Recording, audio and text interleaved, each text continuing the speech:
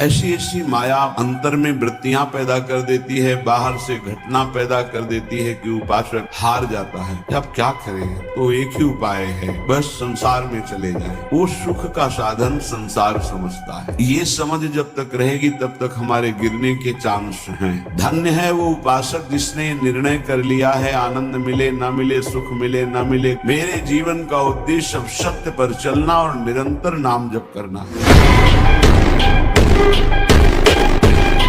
बहुत मन चंचल है, इसे बहुत संभाल के, चाहे जितना आप खवा लो, इसे कभी रुकने वाला नहीं। कभी कभी पिटाई भी काम कर जाती। एक राजा ने पूरे नगर में ऐलान कर दिया कि मेरा बकरा जो छका के दे दे तो जितना रुपया पैसा चाहे मैं उसे दे दूंगा। सुबह से शाम तक बकरे को रखा जाएगा, जो ले जाए और छका के दे दे। बकरा कुछ नहीं खाएगा, मान गए, छक गया। अब कोई किशमिश खवा रहा है, बादाम खवा रहा है, सब चीजें खवाए। शाम के बिल्कुल पेट छका, राजा के सामने गए, ऐसे दो चार घास, दो चार चीजें डाली, मुंह मार बोले फेल। अब 50 लोग ले गए, एक आदमी केवल देखने जाता था रोज। राजा से कहा एक दिन हमें ले बांस की हरी छड़ी रख, किशमिश, घास, चना, जो जो चीजें सुना था सब डाला। जहां मुंह मारने का तब मारा चप से पूरा पीठ से गाल तक, पूरा दिन भर नई नई चीजें। शाम के हालत ये हो गई कि छड़ी फेंक दिया, सामान रखी, एक भी चीज नहीं खाई पर मुंह नहीं मारा, शांत खड़ा है। राजा के पास ले गए, महाराज ऐसा बकरा छका है कि आज तक नहीं छका होगा, अगर मुंह मार दे। सामने जाकर बैठ गया, दुनिया की चीज डाल दी, मुंह नहीं मारा। राजा ने कहा क्या खिला दिया भाई? बोले डंडा।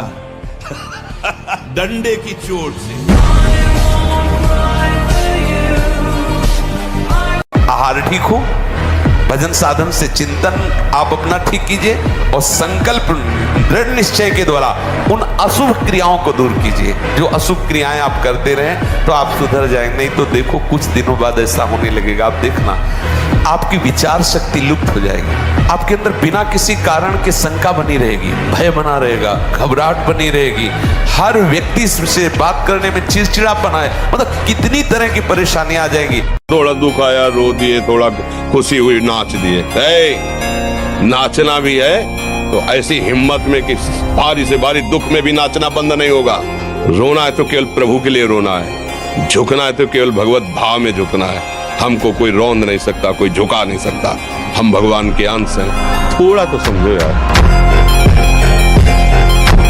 ये जो ब्रह्मचर्य का नाश करते रहते हैं ना, उनकी मेधा शक्ति क्षीण हो जाती है, उनकी स्मृति शक्ति क्षीण हो जाती है, स्वभाव में चिड़चिड़ापन आ जाता है, दिमाग में ज्यादा मतलब बल लगाने की सामर्थ्य नहीं रह जाती। अगर बार बार कोई प्रश्न उत्तर करे तो एकदम, तो इसलिए बहुत थोड़ा सावधान। भोजन के समय आपको पानी नहीं पीना है।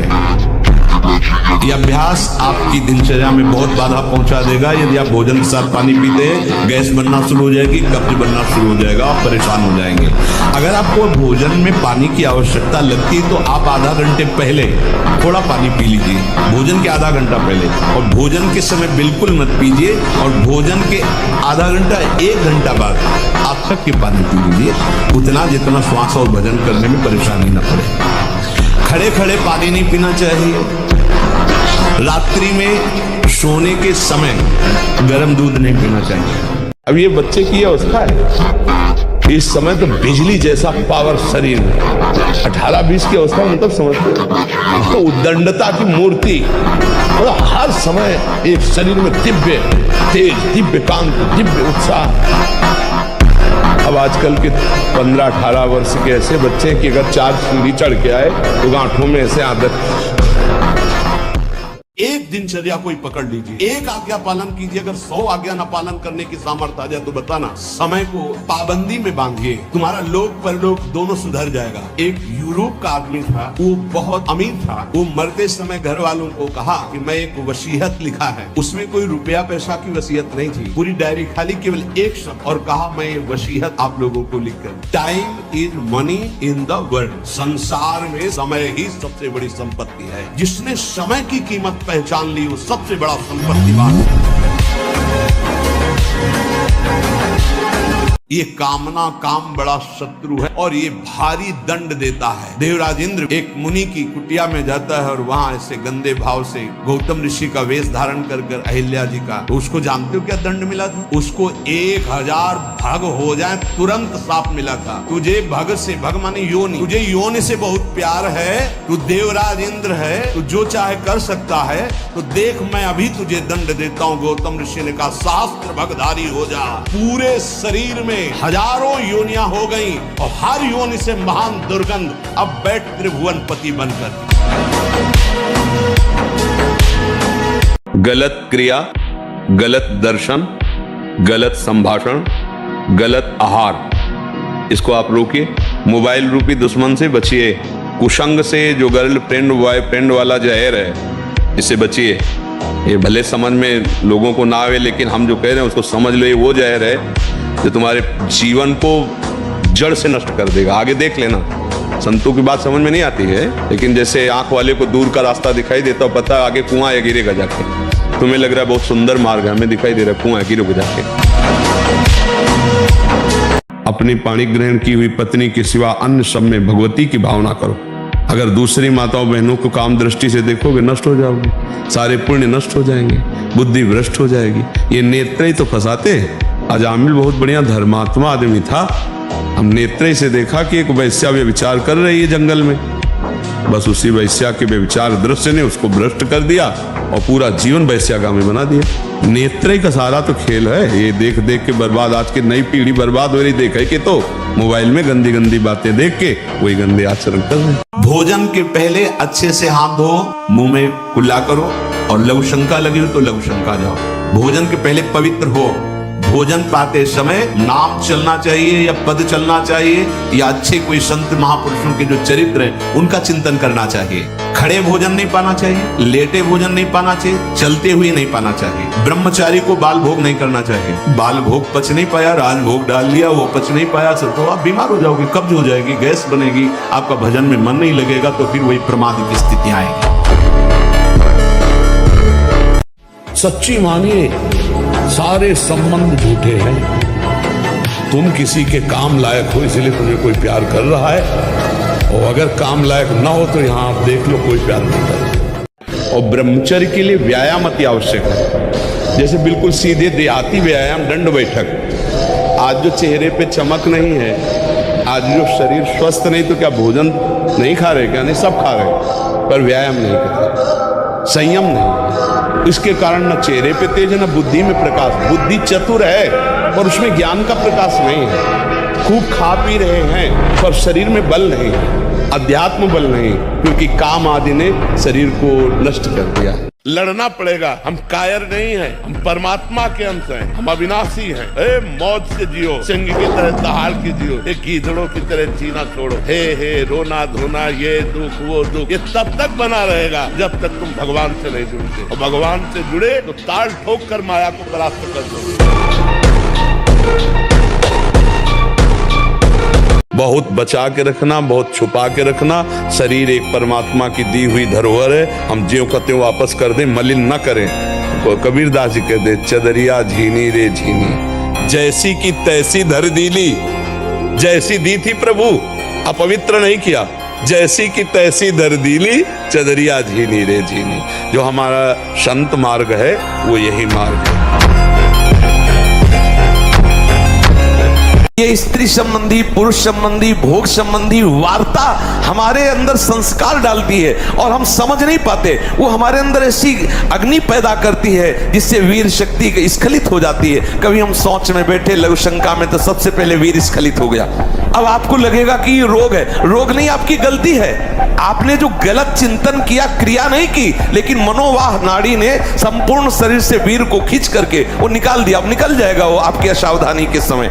ब्रह्मचर्य का एक बहुत बड़ा प्रताप होता है, तो एकदम हर नस नाड़ी में एक अव्यक्त तेज रहता है, अव्यक्त उत्साह रहता है, ओज रहता है। कोई भी कार्य, जैसे कि परिक्रमा चला जाए, हाँ ये थोड़ी आगे हम किडनी फेलियर है, पर हमारा उत्साह इतना जोर का रहता है कि किसी कार्य में निगेटिव सोच है ही नहीं। पॉजिटिव तो हम आनंदित रहते। अब जैसे ये तो फेल हो गया तो हम पॉजिटिव हो गए। भगवान कोई न कोई रास्ता तो रखे होंगे ना। अब हम चिंतित नहीं हो गए अब क्या होगा, हाय क्या वही होगा तो मंगल विधान। मैं सत्य को साक्षी करके कहता हूँ, ये संसार पीड़ा ही पीड़ा देने वाला है। तुम संतृप्त हो, त्रसित हो, भोगों से लुप्त हो, एक बात मान लो, केवल तुम नाम जप प्रारंभ कर दो, तुझे ऐसा आश्चर्य में बना दूंगा कि सब सर्वाश्चर्य में मानेंगे। पर सिद्धासन और पद्मासन में बैठने की वो भूल न करे जिसका ब्रह्मचर्य ठीक नहीं है। भूल न करे, नहीं शरीर पीड़ा और रोग से ग्रसित हो जाएगा। ये वायु को संशोधित करके, चर्बी को भस्म करके, शरीर को शांत करके और मन को एकाग्र करके, प्राणों को सूक्ष्म करके भगवत प्राप्ति कराने में बहुत ही सहयोगी आसन है पद्मासन और सिद्धासन। लेकिन उसके पहले ब्रह्मचर्य का नियम नहीं, तो इन आसनों पे बैठने की भूल न करें। और जब स्नान करें तो ठंडा जल नाभि के ऊपर यहाँ से 2-4 लीटर ऐसे धीरे धीरे ठंडा जल डालें ऐसा। और जब लघुशंका जाए तो आधा लीटर ठंडा जल से गुप्तेंद्रिय को उसको तो धीरे धीरे वीर पुष्ट होने लगे तो है घर्षण कभी न करें। अगर हस्तमैथुन का घर्षण करेगा भूल से भी तो फिर ठीक होने वाला नहीं। और ये इतना बुरा है कि अगर शुरू हो गया तो उठने लायक भी नहीं रखता। किसी मकान में चोर रह रहे हो और उस मकान को ही उड़ा दिया जाए तो अलग अलग चोरों को मारने की जरूरत नहीं, पूरा का पूरा समुदाय नष्ट हो जाएगा। तो ये जो असत समुदाय है, काम क्रोध लोभ मोह मद मत्सर, हमारे ऊपर प्रभाव डाल रहा है। हमारे अंतःकरण में जो मन बुद्धि चित्त और अहंकार है, उस अहंकार पर ये रहते हैं। ये अगर देहाभिमान गलित हो जाए तो सब दोष अपने आप नष्ट हो जाए। इसलिए हमें श्री भगवान से प्रार्थना करनी चाहिए कि हमारा देहाभिमान गलित हो जाए। ये बहुत चिंतन करके फिर आपको बता रहे हैं, आप इंद्रियां नहीं हैं, आप मन नहीं हैं, आप परमात्मा के अंश हैं। अपने को भूलकर इनकी अधीनता स्वीकार करके हमारी ये दुर्गति हो गई कि हम तुच्छ विषयों के अधीन हो गए, दुख पर दुख भोगते चले जा रहे। सुख की लालसा से सुख भोग क्रिया परिणाम भयानक दुख। इसलिए धैर्य पूर्वक इस मन से दोस्ती हटा दीजिए। आप जिन क्रियाओं से अपने ब्रह्मचर्य का नाश करते हैं उसी ब्रह्मचर्य से संतान उत्पन्न होती है। तो उसमें परमाणु है ना, वही जीवाणु है ना, जो आप बहुत ही बुरी तरह से उसका नाश कर रहे हैं। तो आप पापाचरण कर रहे हैं। आप ऐसा न समझे कि आपके द्वारा एक क्रिया हो रही तो केवल शरीर की ही हानि हो रही, आपका सर्वस्व नाश हो रहा है, अंतःकरण मलिन हो रहा है, गलत संस्कार पुष्ट हो रहे हैं और पाप का ढेर जमा हो रहा है। आपका अंतःकरण ऐसा मलिन होता चला जाएगा कि एक दिन आपको अंतःकरण से उपदेश मिलने लगेगा कि ऐसे शरीर का त्याग कर दो किस काम का।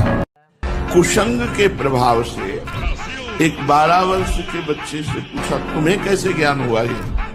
क्योंकि लक्षण दिखाई देते हैं, जैसे चेहरे में देखो तो एक दृष्टि होती है अपने लोगों का, जहां उस दृष्टि से देखो तहां पता चल जाता है ब्रह्मचारी है कि नहीं है।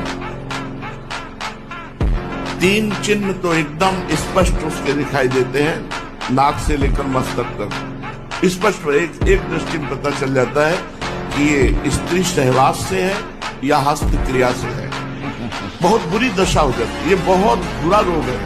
जैसा बनना वैसा सोचो, जैसा सोचोगे वैसा बन जाओगे, जादू का चमत्कार है। एक आदमी जो है उसको किसी ने बता दिया कि तुम मर जाओगे, तुम्हारे लक्षण ऐसे दिखाई देते हैं। जवान आदमी था, उसको बैठ गया मैं मर जाऊंगा, अब मैं मर जाऊंगा, अब मैं मर जाऊंगा, भोजन छूट गया, पीला होने लगा ऐसा। तो पूज्य स्वामी श्री राघवानंद सरस्वती जी महाराज, तो उनका बेटा जब मुझे पता चला तो मैं गया और उनसे कहा वो तो समय तुम्हारा निकल गया जो मरने का था, अब तुम नहीं मरोगे, किसी ने कह दिया था तुम मर जाओगे, उसके दिमाग में बैठ गया। स्वामी जी जाके बोले कि वो समय तो निकल गया, अब तो तुम नहीं मरोगे। उसी दिन से वो स्वस्थ हो गया, बड़ी बड़ी औषधियों से स्वस्थ नहीं हो रहा। विरक्ति में हो तो आजीवन के लिए कसम खा लेनी चाहिए, मैं अखंड ब्रह्मचर्य रह करके श्री भगवान की प्राप्ति करूं, देह व्यापार को बंद कर दूंगा। अगर गलती हो जाती है फिर सावधान, निराशा उदासी ये हृदय में आएंगे, कभी एकदम ऐसी जलनमयी वृत्ति, कभी एकदम अशांति। आपको बिल्कुल तटस्थ रहना है, आप मन नहीं हो, आप उस जलन के भोक्ता नहीं हो, आप सुख राशि दृष्टा हो, आप साक्षी मात्र रहना। वो वृत्ति आई निकल जाए। नस नाड़ियां इतनी कमजोर हो जाती हैं कि वो फिर वीर शक्ति को रोकने की क्षमता खो दे देती है। वो जरा सा भी स्पर्श करो निकल जाएगा, या जरा सा गलत चिंतन हुआ निकल जाएगा। तो और ऐसा अभ्यास हो जाता है कि ना ना ना ना सोचते सोचते हो जाएगा। अब ये सब पहले गुरुकुलों में रखा जाता था बच्चों को, इसीलिए कि उनको आध्यात्मिक शिक्षा के द्वारा पुष्ट किया जाता था। कोई गर्व न करे महीना 2 महीना ब्रह्मचर्य रह के कि मैं काम विजयी हो गया। भगवान शंकर की समाधि भंग कर सकता है, तुम तो जीव हो, वो शिव हैं, वो शिव हैं, उनकी समाधि भंग कर सकता है, तो जीव हो। महाराज जी, ना चाहते हुए भी मेरा मन पराई माता बहनों पर दूषित दृष्टि। ऐसा हो ही नहीं सकता बच्चा। हम ना चाहे और फिर मेरा मन ऐसा कर दे, तो ऐसा अपनी बहन पे जाता है। क्यों? वो भी तो स्त्री है, जैसे अपनी बहन तैसे दूसरे की। हमारी बहन को कोई गंदी दृष्टि से देखे तो कैसा लगेगा? हमको अपनी आंखें संभाल के रखनी, दूसरी बहन बेटियों की तरफ गंदी दृष्टि नहीं देखनी।